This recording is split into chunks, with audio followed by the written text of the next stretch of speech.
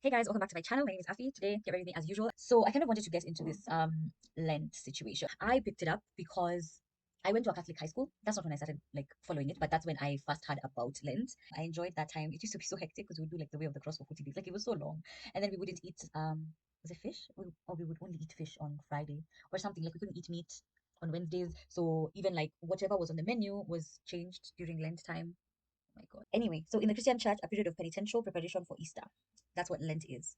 In Western churches, it begins on Ash Wednesday, 6.5 weeks before Easter, and provides a 40-day period for fasting and abstinence. Sundays are excluded in imitation of Jesus Christ's fasting in the wilderness before he began his public ministry. Almsgiving, the practice of giving money or food to the poor and performing others' acts of charity, is also encouraged. So in Eastern churches, Lent begins on the Monday of the 7th week before Easter and ends on the Friday, that is 9 days before Easter. This 40-day Great Lent includes Saturdays and Sundays as relaxed fast days. So First Council of Nicaea in 325 CE, it was a time of preparation and of candidates of baptism and a time of penance for grievous sinners who were excluded from receiving Holy Communion and were preparing for their restoration. As a sign of their penitence, they wore sackcloth and was sprinkled with ashes. This form of public penance began to die out in the ninth century. It became customary for all the faithful to be reminded of the need for penitence and of their own mortality by receiving a memento mori in the form of ashes, either sprinkled on top of worshippers' heads or marked in the shape of a cross on their foreheads on the first day of Lent, hence the name Ash Wednesday. That's really cool. Yeah, so in the early centuries, fasting rules were strict as they are still in Eastern churches. One meal a day was allowed in the evening, and meat, fish, eggs, and butter were forbidden. The Eastern Church also restricts the use of wine, oil, and dairy products. In the West, these fasting rules have gradually been relaxed. So the strict law of fasting among Roman Catholics was dispensed with during World War II, and only Ash Wednesday and Good Friday are now kept as Lenten fast days. However, the emphasis on penitential practice and almsgiving remains, and many Catholics also observe a meatless fast on Fridays during Lent. In addition, Catholics and other Christians often choose to give up specific pleasures such as sweets, alcohol, or social media during Lent as a way to foster simplicity and self control. Many use their cravings or desires for these items as a reminder to pray and to refocus on spiritual matters. In the Anglican churches, the Book of Common Prayer prescribes that Lent be observed with fasting. In Lutheran and many other Protestant churches, Lent is observed with various services and practices, though Lent is not formally observed in many evangelical or non-denominational churches. So I guess Lent is something that the way I picture it in my head is that it started with everybody and then it's just kind of like gone like this, where it's like some people do it, some people don't do it, some people think that it's purely like Catholic, some people think that it's purely whatever, and it's just like everybody chooses how to observe this period or whether to observe this period. So this is something that I do myself. This is something that I began in 2020 or 2021, one of those years. I think it may have been 2021. 2020 is when I had the idea. Towards the end of 2020, I had the idea to do it. And then 2021 is when I started practicing this period of Lent. And it's since 2021, I noticed that like during this period, really, first of all, I just feel like it's a highly spiritual time because of course we're getting ready for Easter, and so there's a lot of different Christians who are doing different things, whether or not they say that they're observing whether or not they say that they're observing Lent, there is something that they're doing, like to prepare for the celebration of Easter. And I think it's really great. And then surprisingly, or like interestingly for me, I noticed that around the same period is when like Ramadan is coming up. And again, I just I feel like I have to mention I'm also not a Muslim, so I'm not claiming to know about Islam or anything like that. But I thought that it was just like an interesting coincidence that Ramadan is around the exact same time.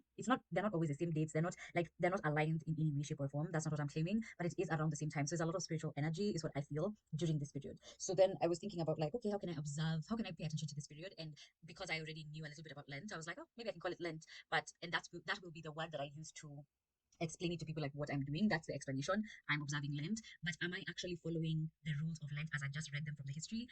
Not necessarily. I've been trying to figure out fasting. I've been trying to figure out like there's so many things that I'm trying to figure out during this time, and I haven't yet fully like honed into it. I remember the first year I did do a 40-day half day fast, so it was 12 hours of fasting, and it was really really good. I liked it. But then just like given my circumstances, I'm not able to do that fast. Honestly, like it just was not making any sense anymore, so I couldn't do that one. And then I was thinking about like social media or like certain foods or things like that. So I'm still building up on it. I think my tradition of Lent is still building as the years go by. And I'm sure by the time I've done it for the 10th year, I'll have something in place. The one thing that's been in place so far is that I dive into like spiritual books or whatever. So sometimes it'll be the Bible, sometimes it'll be the Bible and another book. And most times actually it's that, the Bible and another book. And this time I've just focused on the Bible and I'm reading the book of Revelations and kind of just going chapter by chapter. And sometimes I don't do a full chapter. Sometimes it's like one subtopic to another subtopic. It's like whatever I feel like God is trying to speak to me in that day, I kind of hone in on that, and I'm just going through the book of Revelations. I haven't ever read Revelations ever. Like I actually don't even know what is in the book of Revelations. So I was like, what better time to read about Revelations than during this season? Last year I don't remember what I was reading. And what else? The other thing that I kind of like hone in on is before the Lent season begins, I write down my prayer points, what I'm praying about. So that another thing that I do is I journal during this time. every single day I will journal. And so I kind of put in the Bible reading, praying, and the journaling as one session. It's a prayer session that I do. And what I do is I basically journal about reflections on the reading. I journal about my thoughts about the day, if there's anything that's coming up. And then I will also journal prayers. So, like, if there's something I'm praying about in that moment, I will journal that. And then I've added in gratitude points. So I do 3 gratitude points every single day as I'm doing the journaling. And that actually has been such a good addition. I think I'm actually going to make that a part of the every year routine.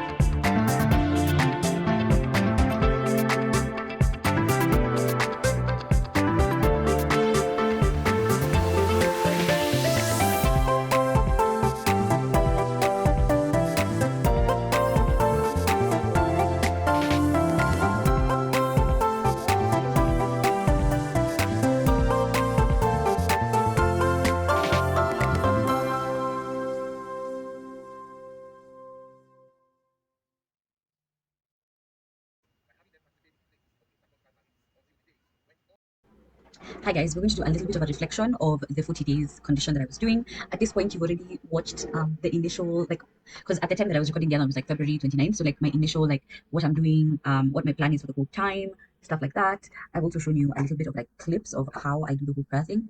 And so here I just wanted to do a very quick reflection of how I felt the 40 days went, what are the ups and downs, what are the things that like, just yeah, basically that's going to be it. So we'll just get into it.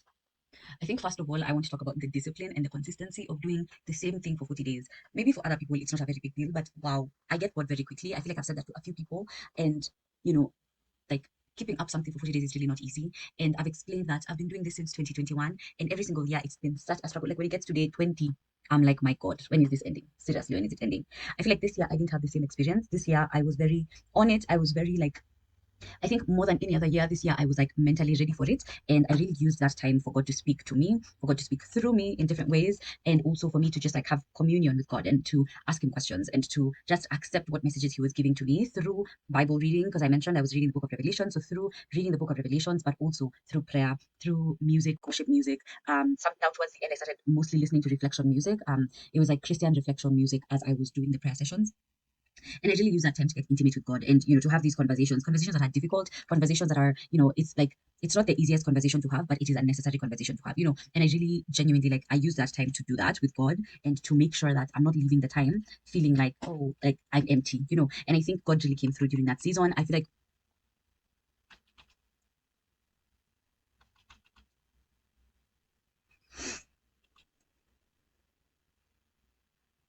like God came through during that season in such a big way. Like I would ask him questions, and a couple of days later, I would get a response. One specific situation actually stood out to me that I realized that I had actually asked a question, and then later on, I got kind of like a response, and it felt very. And then, like as I was praying through that decision, I felt like I kept getting inspirations and just stuff like that. And for the first time, I think I can say I've learned what it means when God speaks to you. I feel like I never had that experience of God speaking, and I always wondered if it was a real thing. I always wondered if like everybody could have that kind of access to God. Of course, I've always grown up in the church, so and in different places you'll hear people saying like, yeah, God really spoke to me, God spoke to me. And I was like, when is God going to speak to me? But a good question to ask is like, if God has never spoken to you, how is he going to speak to you if like you never take time to actually, have one-on-one time with him? Every single day you're doing other things. Like I saw this video, I saw this video of a lady saying, she's like, some people are going to conferences every single day. Every single weekend, somebody's at a conference. Every single weekend, you're at some kind of revival conference. She's like, at what point is God going to speak to you? And she says, stay at home. Like her advice is like, just take time and sit down with God on your own. Because, we definitely, like, there's the importance of getting involved in the body and, very, like, basically, it's really good to be involved in some kind of community. I think every single faith talks about that. Like in your faith walk, having community is so important. And but I think that community is supposed to complement your relationship with God. It's not supposed to be the anchor to your relationship with God. Like if without this community you don't have a relationship with God, then your relationship with God is one thing, and you kind of have to like take a step back and think about that. Think about what it means to have a relationship with God. Think about how you can have a productive relationship with God, where He speaks to you, where He inspires you, where you are actually very confident that you're living according to what God's calling upon your life is.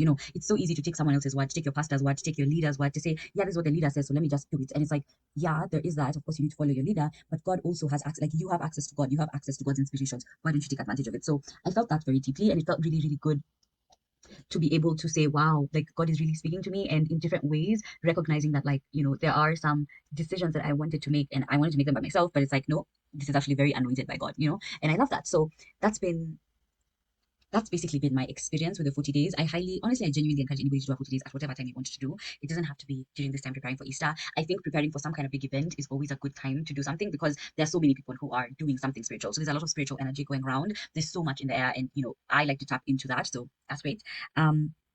Yeah, I think another thing that I want to talk about is like, keeping up the um, keeping up the condition while I was exhausted. So not every day is the same. There's some days that are more chill days. There are days that it's just like, oh yeah, you can do it easily, no problem. And then there are some days where it's a battle. You're like you have actually spent the whole day trying to convince yourself to do this thing. And I found myself having, a lot of those opportunities, a lot of those times, especially towards the end, I think, because I was getting busier. And I think like one of the biggest things that I've learned about this is that I think the beauty of, knowing in your mind that you have like an appointment with God keeps you accountable. That's one, kept me accountable. I didn't really need external accountability this time. But I'm not blind to the fact that like it's good to have accountability with people. Like it's good to have people who will tell you, like, have you done this today? Ask you those questions. This time I didn't really feel the need.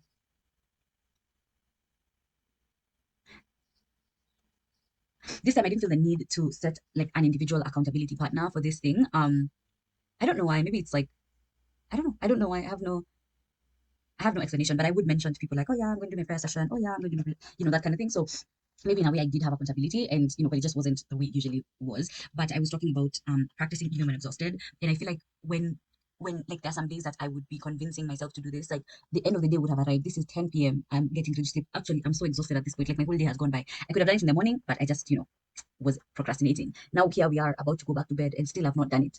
And just the importance of just taking the Bible and saying, you know what, today I'm just going to read this, and I'm not going to put external pressure on myself to have some profound understanding or to have something profound to write in the journaling. Like it was just read the Bible, journal gratitude, say one lesson you've gotten from the reading, a prayer, and sometimes you just be like, thank you, God.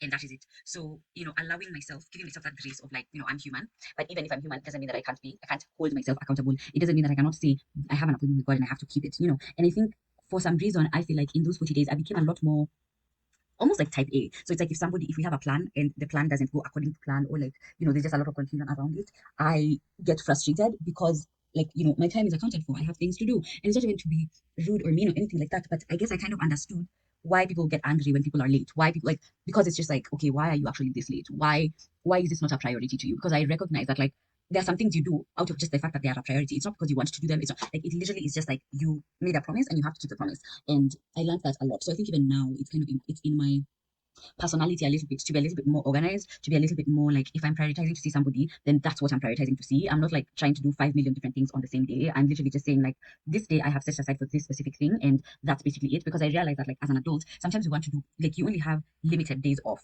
of the week, right? So you want to do everything at the same time. And as much as that could seem like it makes sense, I found that it genuinely is not the best use of time. It just means that you're not coming through for people the way you should be. I find that when I was doing that, I wasn't really fully invested in the one thing that I was doing. And so I would say like I would block off maybe we say 5 hours max of one particular activity if it's like a social activity. And when those 5 hours are done, I'm actually done and I need to move on and do the other thing that I need to do because I've also planned to do something else.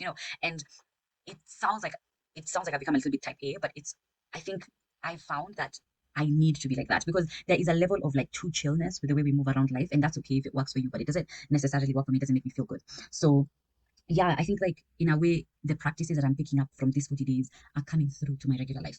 The other thing I want to talk about is in March I started doing a social media fast every 8 days. So by the end of March, I have done I think three. It's like almost every single week there's a fast going on, a social media fast, and I thought that it would be difficult. I remember the first day I saw it because I had set it. I was like, this is the day I'm doing it. So I saw it on my calendar. I had actually forgotten. Then I saw it on my calendar and I was like, okay, it's time. So I have this thing called focus mode and I switch it off.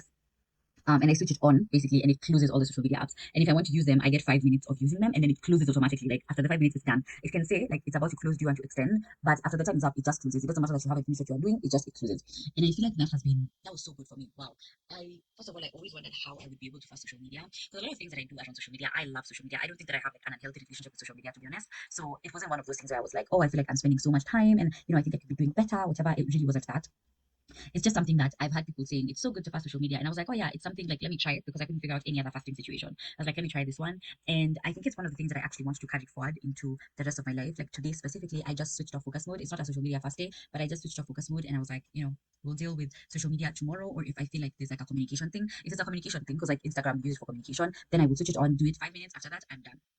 And it's nice. It's been such a nice practice. I feel like for me, it's like sometimes this is the point to create good habits around these things. Like I have a 40-day period of doing something, and I feel like, oh, this is a really good practice. Like it has helped me so much, and I want to continue to do it. So that's one of the things. And then gratitude journaling is another thing that I was doing. I think I mentioned that in the other one, in the other part of this video. I mentioned that I was doing gratitude journaling, and gratitude has literally been the best thing in the whole world. This past week, I haven't done any gratitude journaling, and lo and behold, my life has just felt like it's falling apart. And there's a lot of things involved, not just the fact that I haven't been gratitude journaling, but I know for sure that that's such like it's a practice that I want to take into the rest of my life. So I definitely want to start it up again. Yeah, and so those are the things that I just wanted to point out in terms of this 40-day condition. I've had such a blast. I've had a really good time. There's been ups and downs for sure, 100%. There's been days I've just been like, I am going to die if I have to do this. And there's been days that I've woken up so energetic and I've been doing them. I guess another thing to talk about is like morning versus evening. And a lot of people say like start your day with God, and so do it in the morning. And other people say I like to end the day with God, so do it in the evening. And I think at the end of the day, it depends on what you feel like doing. I found that I like both morning and evening. So going forward, I will actually incorporate things to do in the morning and things to do in the evening. So that's like in the morning. I had somebody saying, I think it was someone I was listening to, I don't remember, it could have been from church or something, but someone was saying in the morning you go to God because you're prepared. Oh yeah, it was church, it was my church service, and I was watching it online, and the pastor was saying in the morning you go to God because you're reporting to God what you're going to do in the day, and you're asking God to be with you as you are doing these things, and in the evening you are reporting to God what you have done, and so I liked the idea of both. It's like doing both is good, so I definitely want to incorporate both in my life, morning and evening. Yeah, and that's basically it from me. I'm just going to go finish my makeup. Today has really been a bit of a haul, but really moving through, so I'm happy about it. I hope you have a good day. Yeah, and you'll check out any of the videos that I have, and see you next time. Bye.